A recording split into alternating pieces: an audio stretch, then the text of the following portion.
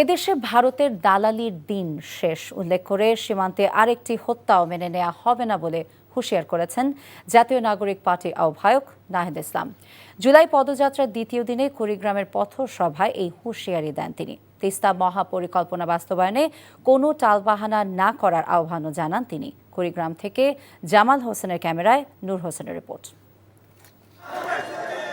সংস্কার, বিচার ও নতুন সংবিধানের দাবিতে জুলাই পদযাত্রার দ্বিতীয় দিনে উত্তরের সীমান্তবর্তী দুই জেলা কুড়িগ্রাম ও রংপুরহাটের পথে পথে সাধারণ মানুষের সঙ্গে মিশে গেলেন জাতীয় নাগরিক পার্টির আহ্বায়ক নাহিদ ইসলাম সহ কেন্দ্রীয় নেতারা। এই গণঅভ্যুত্থানের বিরুদ্ধে যারা ষড়যন্ত্র করতে যাচ্ছে তাদের বিরুদ্ধে প্রতিহত আমরা করব 3 আগস্ট শহীদ মিনারে, এবং 3 তারিখ আমরা শহীদ মিনারে আবারও বাংলাদেশ পুনর্গঠনের জন্য ইস্তেহার ঘোষণা করব। কুড়িগ্রাম, লালমনিরহাট শহর সহ বিভিন্ন এলাকায় স্থানীয় নেতাকর্মীদের পাশাপাশি সাধারণ মানুষের ভালোবাসায় সিক্ত হন গণঅভ্যুত্থানের নেতারা।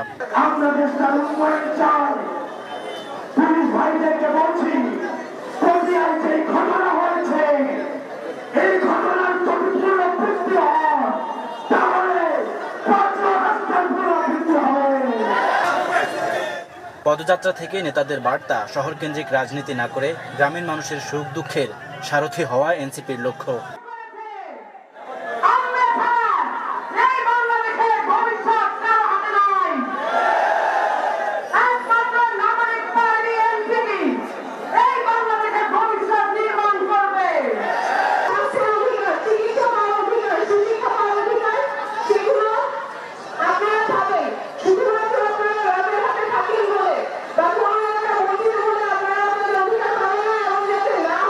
কুড়িগ্রামের পথসভা থেকে ভারতীয় দালালদের হুঁশিয়ারি দেন এনসিপির আহ্বায়ক। বলেন, নতুন কোনো মাফিয়াতন্ত্র মেনে নেবে না এদেশের মানুষ। এই পদযাত্রার মধ্য দিয়ে সব শ্রেণী পেশার মতামতের আলোকে জুলাই সনদ তৈরি করবে জাতীয় নাগরিক পার্টি। নেতাদের প্রত্যাশা, এই সনদের আলোকেই নির্মিত হবে নতুন Bangladesh. Noor Hossain, NTV news, Lalmonirhat. Bundle থাকলে প্রতি সেনমানিতে টাকা বাঁচবে। বিকাশ সেনমানি বান্ডেল কিনে জিতুন প্রতি লেনদেনে।